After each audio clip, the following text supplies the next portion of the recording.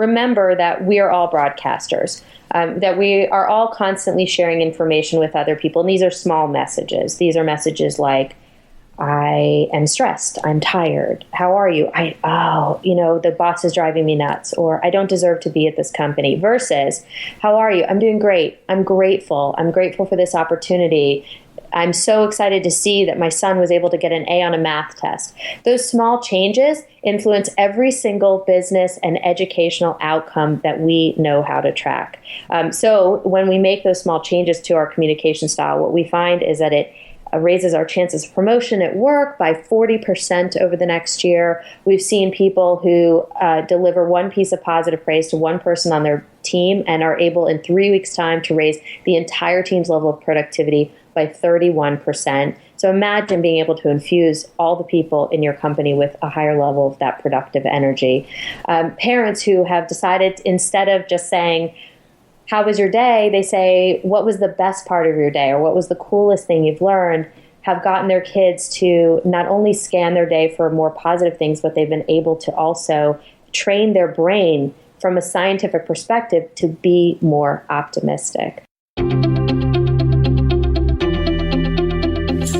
I'm Srini Rao, and this is the Unmistakable Creative Podcast, where you get a window into the stories and insights of the most innovative and creative minds who've started movements, built thriving businesses, written best-selling books, and created insanely interesting art.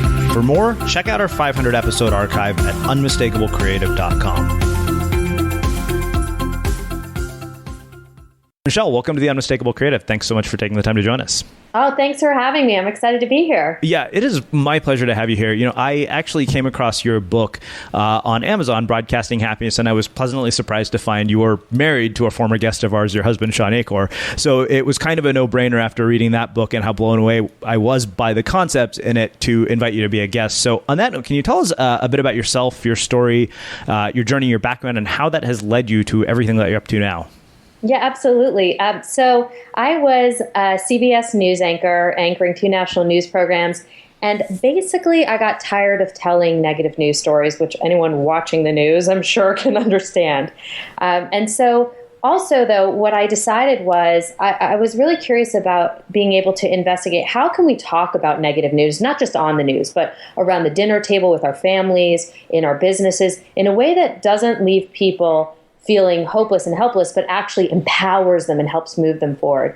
So my friends thought I was absolutely insane. I left my job at CBS News, and I went back and got a master's at the University of Pennsylvania in positive psychology, which is a scientific study of happiness and human potential. It's basically how we can use the science to live happier and more successful lives. The only thing is, though, that while there, I had this epiphany, and it's that we are all broadcasters. It's not some special power reserved for, national CBS broadcasters or professional athletes or celebrities. We all have this incredible power to influence the people around us as parents, as leaders, as friends. The small choices that we make to talk about and focus on certain things in our reality influence other people and how they move throughout their day. So I've become fascinated with this research, and now that's what I do. I'm a researcher and an author. Awesome. Well, I am really, really curious about all the things that actually led you to the point of working at CBS as a news anchor. When you look back at the early experiences of your life, growing up, parents, mentors, influences, are there certain inflection points that you think ultimately led you down this path? And if I remember correctly, you actually didn't start out working in news. You were an engineer, correct? Yeah, that's right. For my undergrad degree and a couple years after, I was in computer engineering.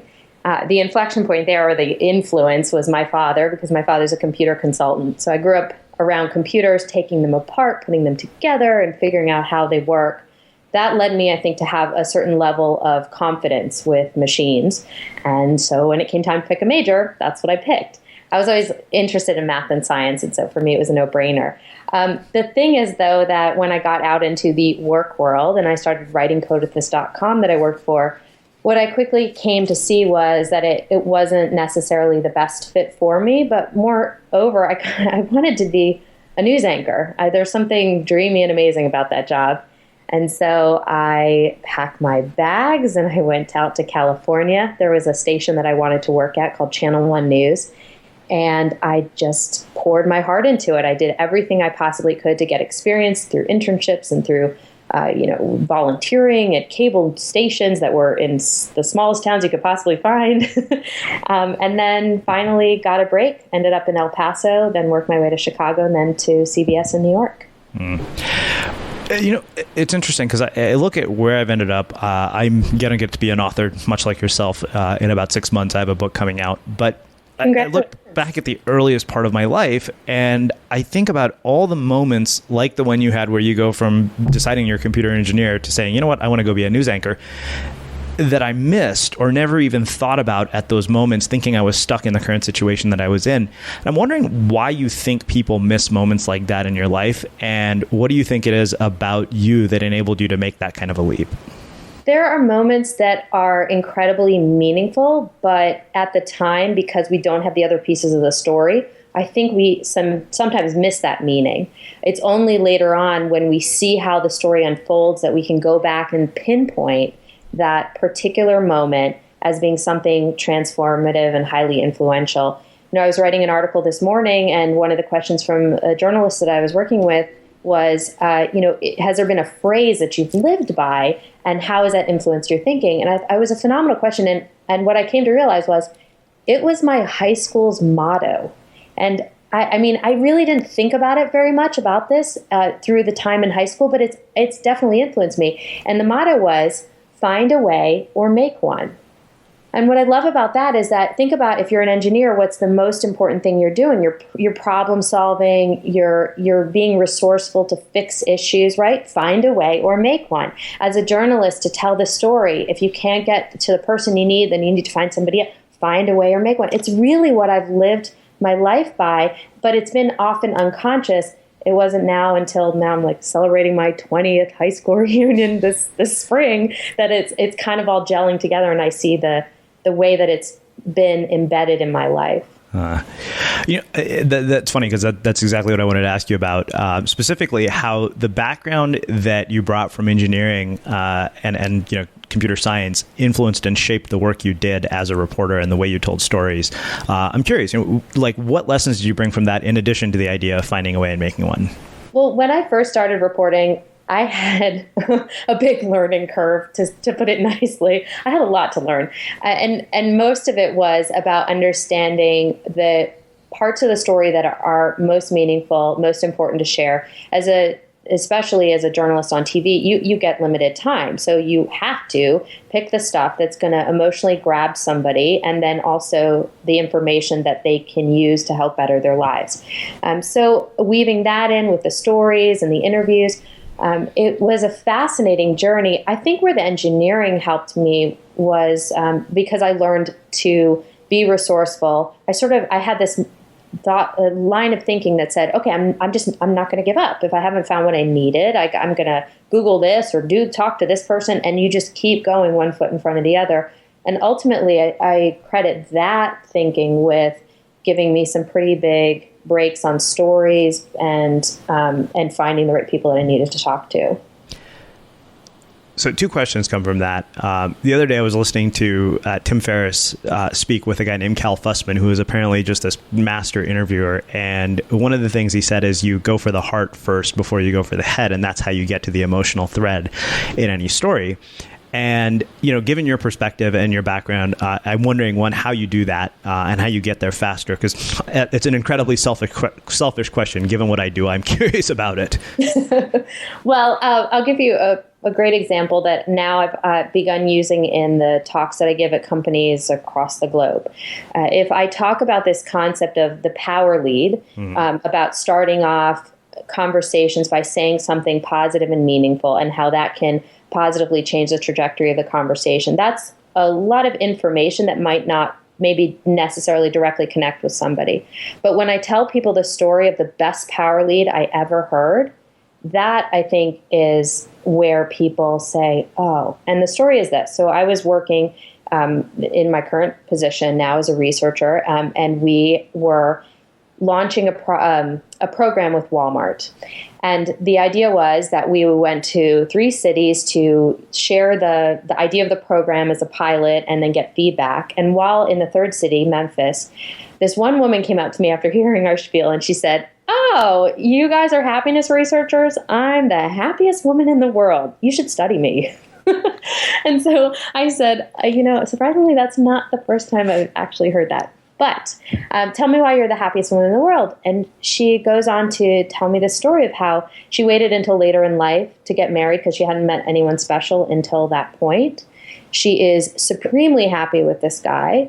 And about 6 months into their marriage, her mother, who she was very close to, died suddenly of health complications. And so her husband was there for her in such a beautiful way, supported her through the period of mourning. And just as she is starting to feel better, this is about 6 months later, he dies in a car accident. And so I'm looking at her thinking, you're the happiest woman in the world with this story. I'm sorry, these two things are not, gelling. I don't understand. And can you tell me more? And what I came to realize was that she had every morning decided that she was going to consciously make the choice to be happy. She went through a period of mourning for her husband, but at the end of that, she said, okay, now I need to move on with my life in a positive way that's not only good for me, but good for the people around us. So I talked to the people around her colleagues and coworkers at Walmart. She was the type of person that would come in and be in a good mood always, giving people high fives and supporting them and complimenting and praising other people. And her power lead, how she started off conversations was, "It's a great day. How are you?"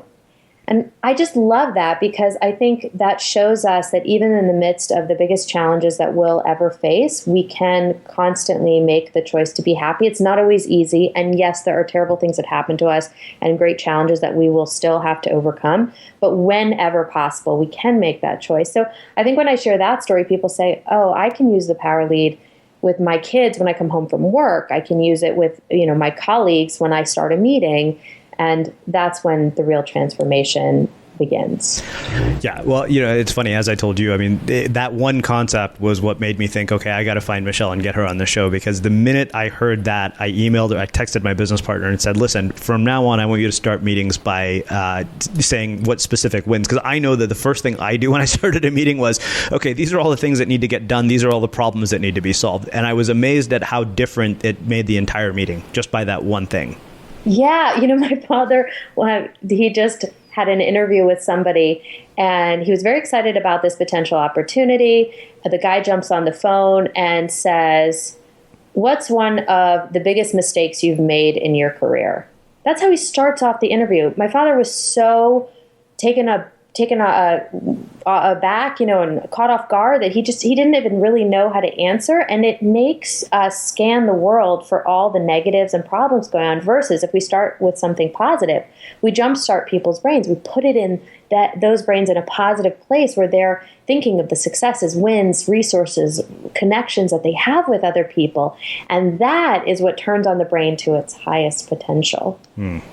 Well, I think that makes a perfect setup to spend the rest of our time getting deep into the work that you've done. Like I said, I was so blown away by the book because what blew me away was that I could immediately apply every one of these things in my life, and it didn't require going and meditating at an ashram in India for 7 months. I was like, wow, these are practical, useful pieces of advice. And so I'd love to do a deep dive into all of the concepts in the book, maybe explain what they are, and then follow them up with an example of each one. Sure. Sounds great. Cool. Okay. So overall, it's to remember that we are all broadcasters, that we are all constantly sharing information with other people. And these are small messages. These are messages like, I am stressed. I'm tired. How are you? The boss is driving me nuts, or I don't deserve to be at this company, versus, how are you? I'm doing great. I'm grateful. I'm grateful for this opportunity. I'm so excited to see that my son was able to get an A on a math test. Those small changes influence every single business and educational outcome that we know how to track.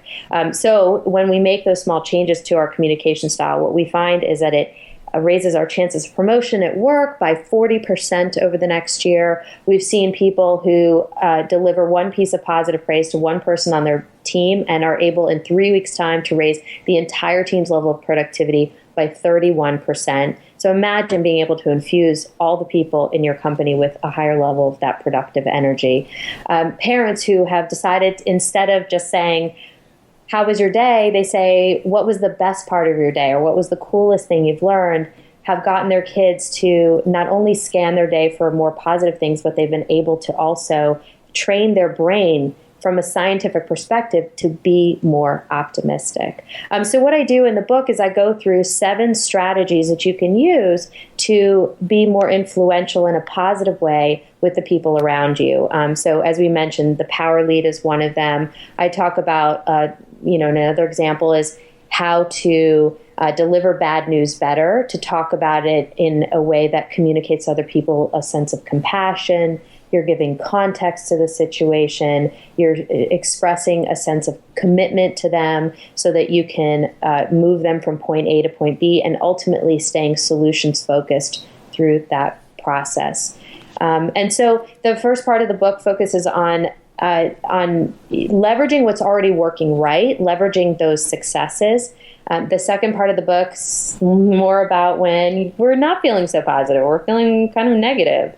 How do you deal with that, right? How do you fact check your story to find a better story? How did you deliver that bad news that's inevitable in our businesses and in our families? And how do you ultimately overcome these challenges that seem to be reoccurring in our lives? And then the last one is, once you've got great positive habits and stories, how do you get them to go viral? How do you get them to spread in your organization or with your family? And we've had people applying it in all domains of their life. My favorite story recently was this guy who we were working with, he was one of our clients, decided to import some of these ideas to his house and with his family. So one of the things we often advocate is the power of gratitudes, saying 3 new and unique things you're grateful for each day for a period of 21 days. We recommend 21 days because it's a nice way to jumpstart a positive habit in our lives. By day 28 and 29, neuroscientists are able actually to see on a brain scan new neural pathways being formed and new parts of the brain lighting up, which is unbelievable. So this guy said, well, I love saying my gratitudes myself and writing them down, but what if we were to say it around the dinner table, which I know is a habit many parents have?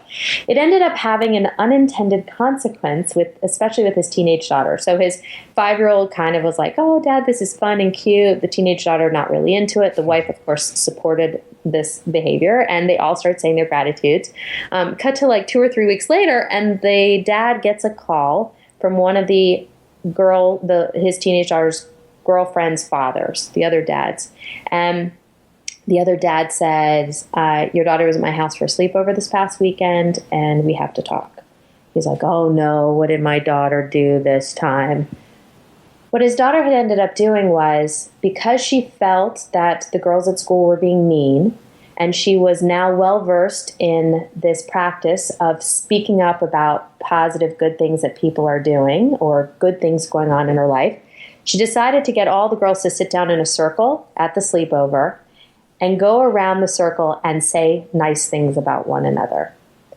And what I love about that is that dad was modeling this behavior of speaking up about the positive, being grateful and praising the people around him.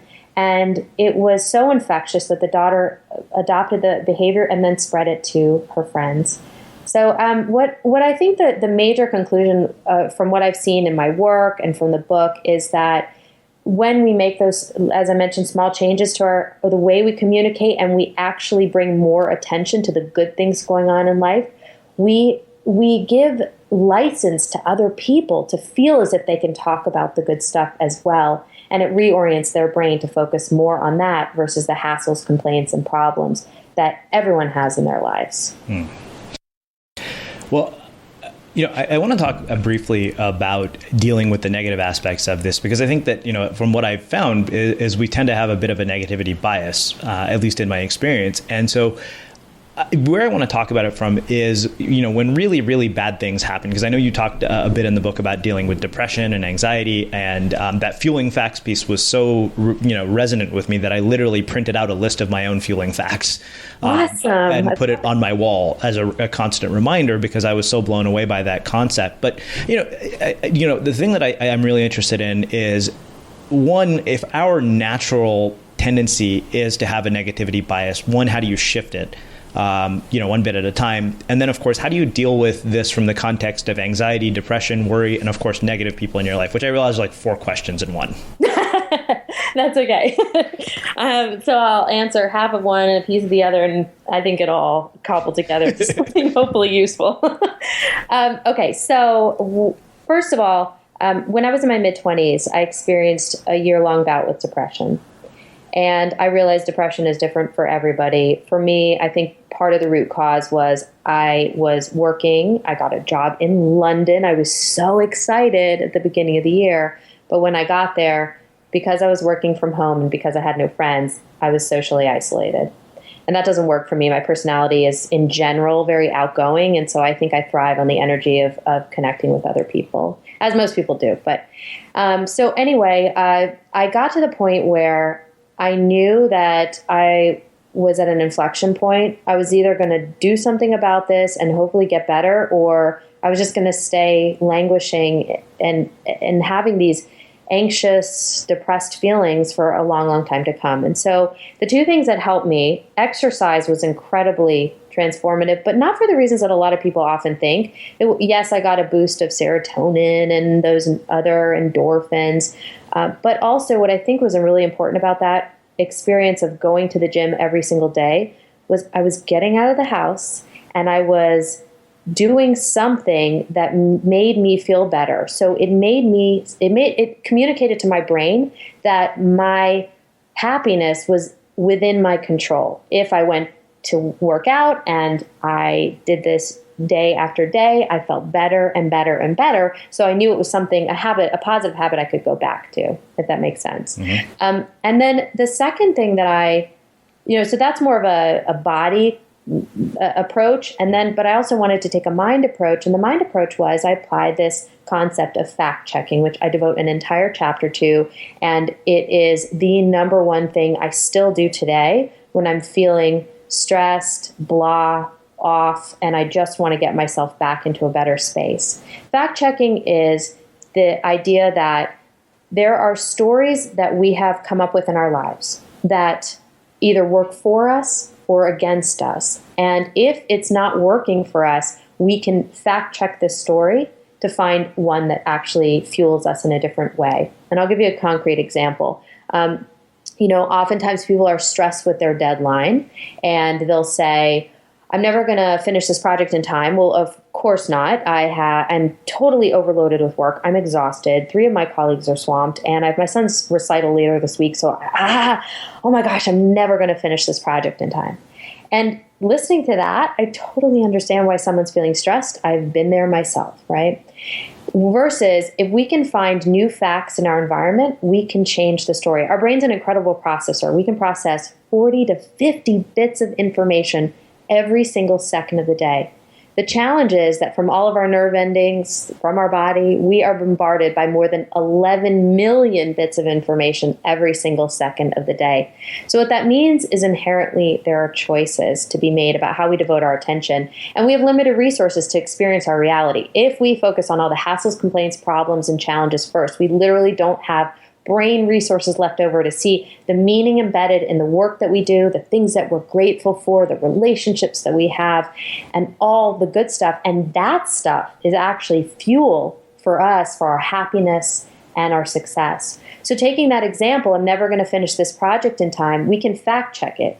We figure out what's the smallest idea that is stressing us out, right? So I'm never going to finish that project in time. We come up with a set of facts that prove that story to be true. So if you're stressed about it, and I already listed the set of facts for the story, that's going to be easy, right? Yeah. But then the stretch is to find those other fueling facts that are equally true and don't necessarily prove the original story wrong. They just illuminate a new story. So in this example, it would be, Well, if I'm going to be fair, I've been at this company for 4 years. I've actually never needed a deadline extension before. And while 3 of my colleagues are swamped, 2 others have offered to help me on this project. Oh, wait, I submitted a similar proposal last week, and I've got the template on my computer. I could use that as a launch point. And that project was well received. I got good feedback on it, so I know I'm heading in the right direction. And if I add up the number of hours between 9 and 5 or 9 and 6, between now and the deadline, I actually have more than 20 hours I could actually devote to this project. And those facts start to calm our brain down as we see this new story. So it's not about whether a story is objectively true or not. It's about whether it's working for us. And if it's stressing us out, like I mentioned, it's not working for us. So how can we see resources, successes, wins, connections, and other positive parts of our reality that together form this new story that propels us forward?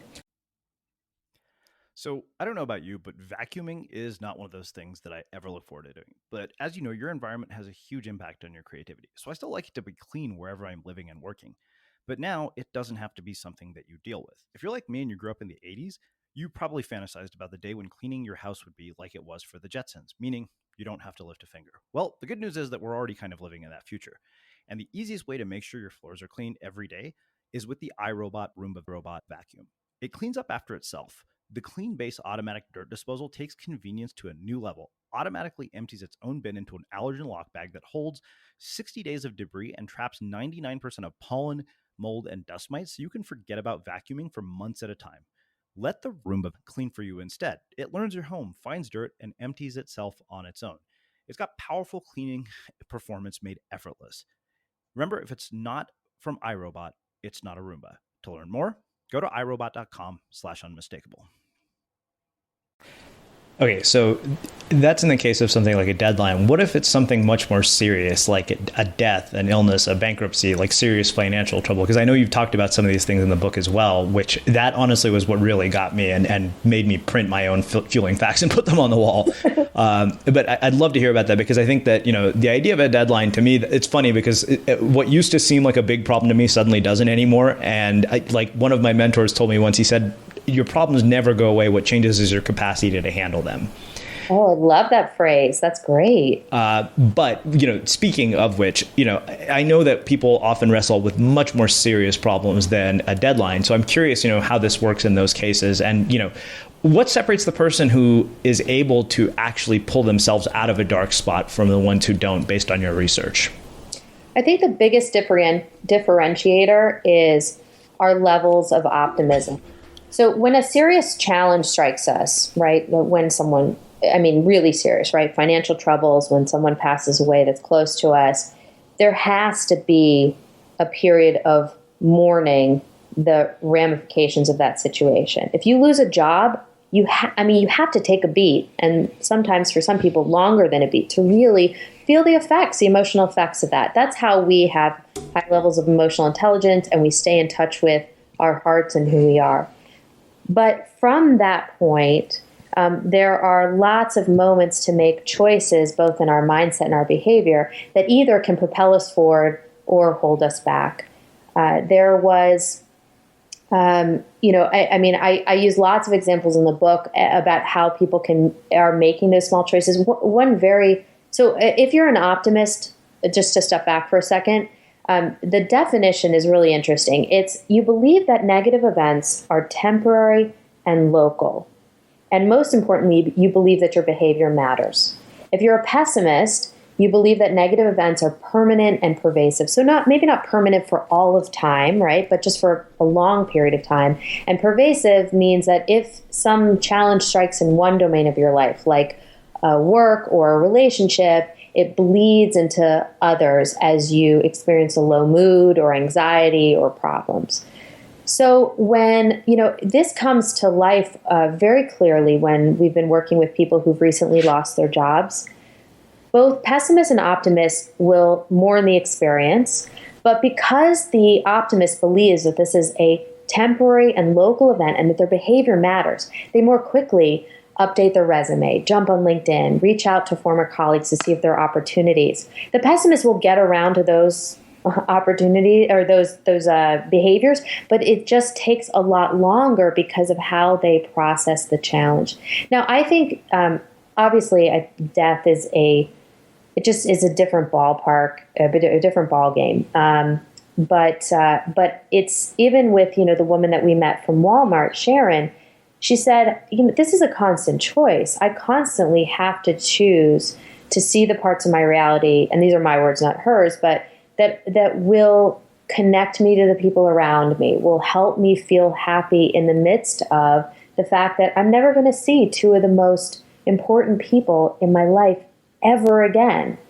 But, she said to me, I just have to think, what would they want for me? What would my mother and my husband want for me? They wouldn't want me to wallow and be sad for the rest of my life. They would want me to beautifully remember them, but also constantly choose happiness because I have the opportunity to be alive right now and to experience my life. It's interesting because it sounds to me like you're talking about people who have a difference between an external and an internal locus of control when you describe an optimist versus a pessimist. And I'm curious, is it possible to make a shift from being one type of person to another? Yeah, so it's not written in stone. Definitely our genes and our environment play a role. How your mother or father would process challenges that you would come home with definitely influenced how you think, right? So if you came home from the playground and said to your mom or dad, this kid's being mean to me at school, how they talked about it influenced how you now process people who cut you off in traffic. It definitely has bearing on that. But what we find is that there was a study done with 80-year-old grumpy pessimists practicing pessimism their whole lives. They were testing as moderate level pessimists. When the researchers just had them list their gratitudes, 3 new and unique things they were grateful for each day, the ones that kept up that practice for 14 or 21 days actually started testing as low-level pessimists. The ones that kept the practice up for 6 months tested as low to moderate level optimists. So what it shows us is that at any point in our lives, our neural pathways are malleable. We can form new habits, which in turn can create a new mindset in us. There's one other piece of the fueling fact story. I know you talked about this in the book, and I was hoping you would share this story of the baby being born. I remember reading that, thinking, okay, because I come from an Indian family. I'm 38. I'm thinking, oh my God, my parents are going to freak out. I'm going to die single. Like all these things suddenly start going through my mind. And I read that, and that, believe it or not, was what gave me a little bit of relief.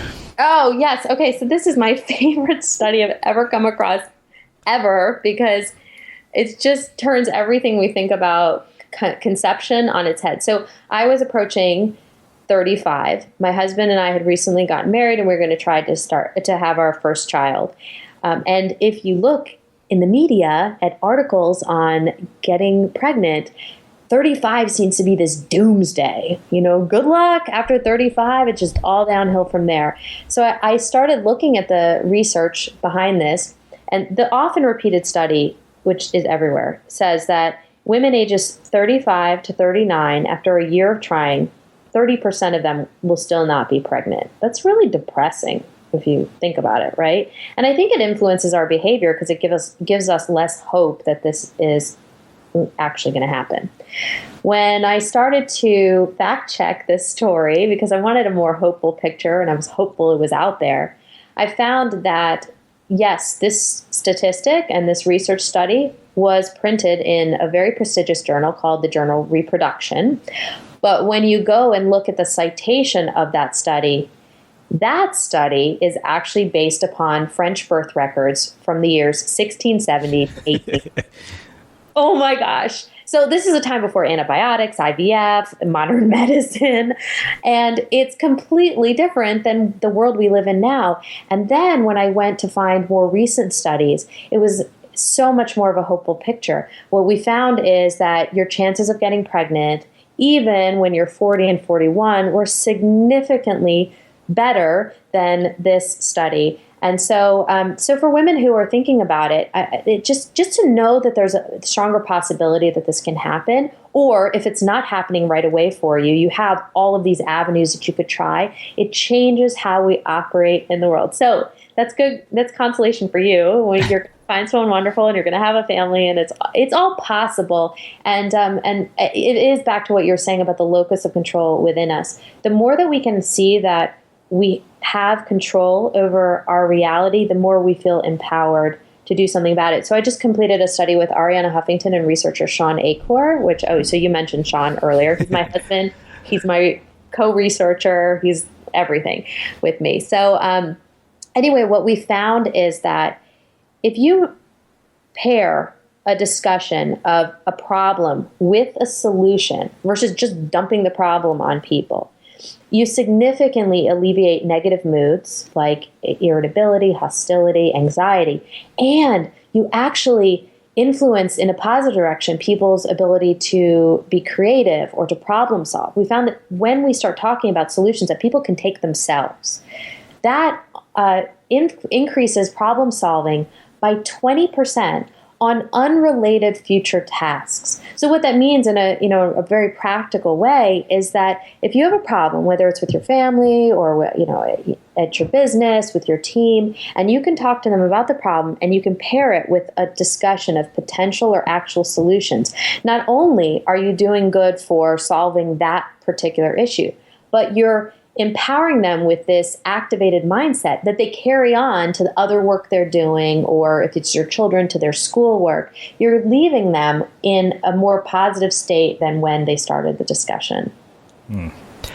Okay, so two questions about this. One is more a comment than a question. It was about sort of, a necessary period of grieving. And I remember I saw a therapist after a particularly difficult experience. And I remember he told me, he said, I know you want this to be over. He said, it just doesn't work like that. He said, it's not going as slow as you think. It feels like forever for you because you're in it.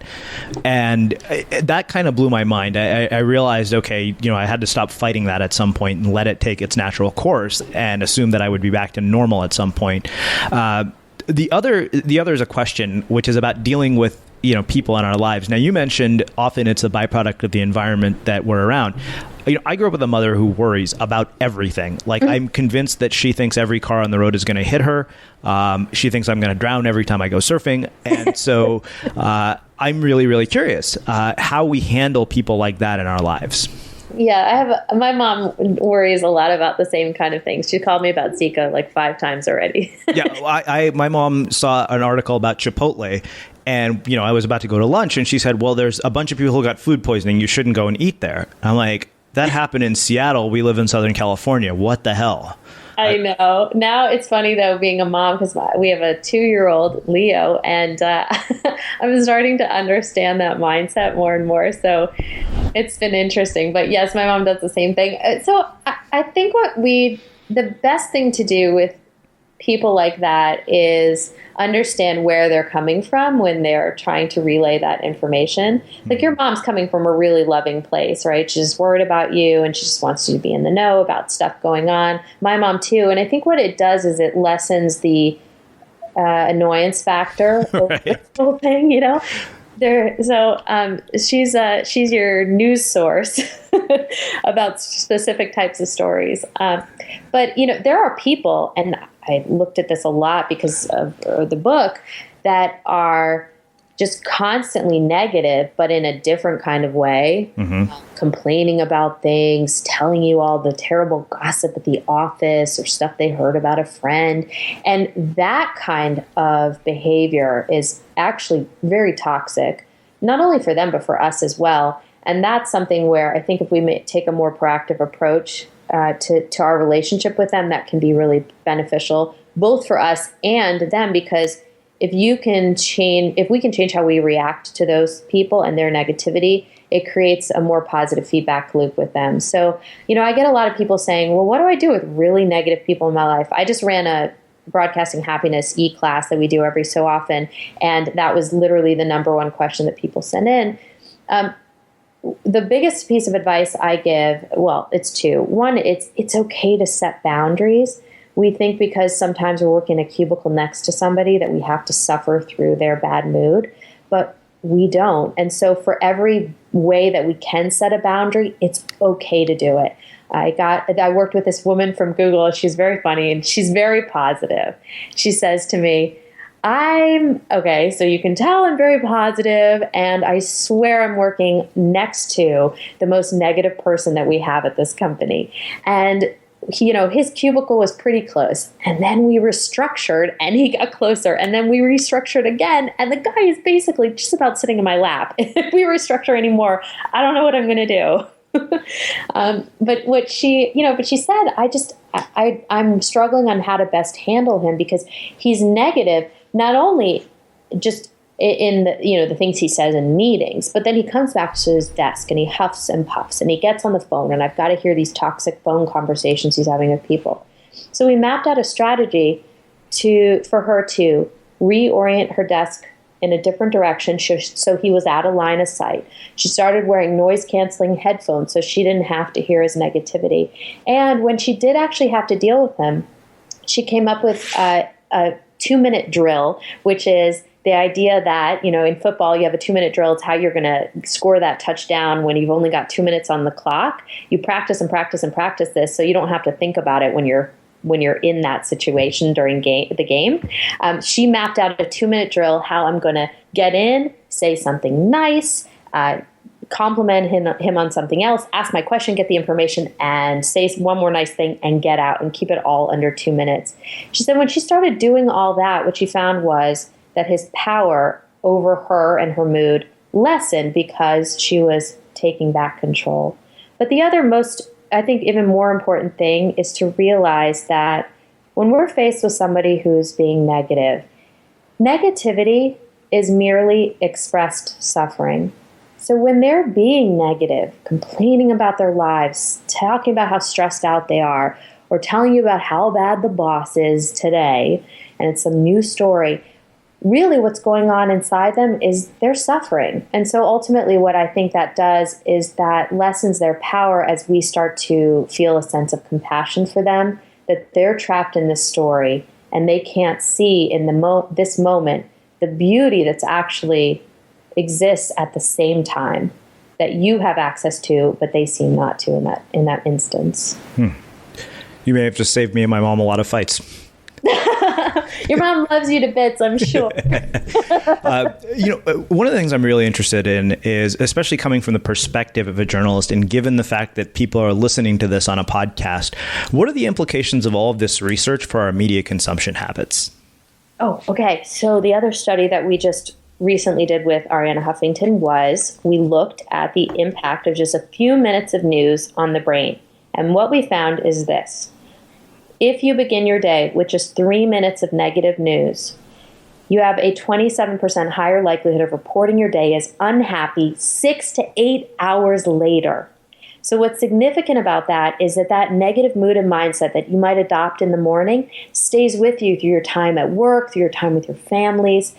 If we can make a small change to the news that we consume in a way that can fuel us, then that mindset can stay with us through that same amount of time. A lot of people will do what I call, they'll ostracize themselves. So this was really cute. My niece, one time I came over to her house and she says, I've been ostracized to my room all day. And I said, my husband who went to Harvard likes to rag on people who went to Yale. And he said, the fact that she uses big words is because her parents both went to Harvard. The fact that she misuses them is because they later went on to Yale. I will let my sister, who is currently at Yale, know that. Okay. Yeah. My university, while a wonderful place to be, didn't really have a rival. And our mascot was the jumbo elephant. So what are you going to do there? But anyway, but I love that word because people, I think, and I've done this too, in order to maintain a modicum of happiness, we think that we need to ostracize ourselves from the events going on in the world because they all seem so negative. It's just better to stick our heads in the sand and feel happy in this ignorant bliss, right? Whereas what we're seeing now is that there's a much stronger path that doesn't involve being in the know about every single negative thing going on in the world. It also doesn't involve ignoring the negative stuff and just focusing on puppies and kitties and funny little stories like that. The third path is a path in which we talk about, in the face of challenges, solutions that we can take. This, and it's what I call transformative journalism. It's activating, engaging, solutions-focused reporting. It activates in you a belief that your behavior matters. It engages you through discussion and calls to action. Here's what you can do about this issue. And it's focused on solutions that have been taken before, or we can take, or hey, let's talk about this to find out what the solution can be. It's not just problem. If we're only exposed to a barrage of problems, our brain starts to believe that everything in the world is beyond our control. And that in and of itself is the biggest problem that I think we're facing right now. So for our news consumption, I encourage people to be really picky about what kind of articles they read or news they watch. If it's just negative stuff going on in the world, forget it. If you can find news outlets, and there are many of them popping up, that can focus on the problem and potential solutions, fill your brain with those stories. And also don't forget to fill your brain with inspiring stories of people and organizations that have overcome challenges and are doing good things in the world. That is fuel for us, and it's motivation and empowerment as we move through our lives and face challenges that we have. It's interesting because as you were talking about that, I couldn't help but think back to a portion of Sean's book where he actually mentioned starting your day with something like watching a clip of The Daily Show. And I did that for like months on end. And I was amazed at like what a difference that made.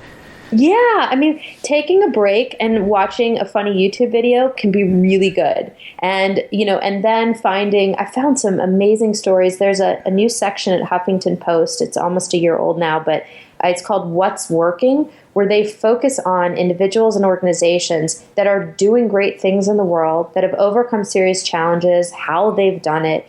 And you read 2 or 3 of those stories and you're ready to go. It is so inspiring. So I think the more we fill our heads with the more we fill our lives with hope and optimism.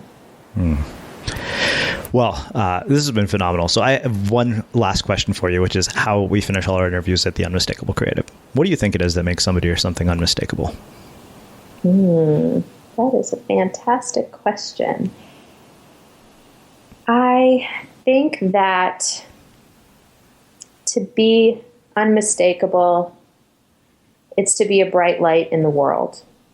It's someone who realizes that what they say matters, what they do matters, how they show up matters, and they don't squander that power. They see the responsibility that comes with it, and also the joy that can be created as a result of it for the people around us. We're such amazing fuel for other people, and so I think to be unmistakable in this world, I think that's where it all stems from. Awesome. Well, I really, really appreciate you taking the time to join us and share your story and your insights with our listeners. And I'll link up everything that Michele has mentioned in the show notes for everybody, and we will wrap the show with that.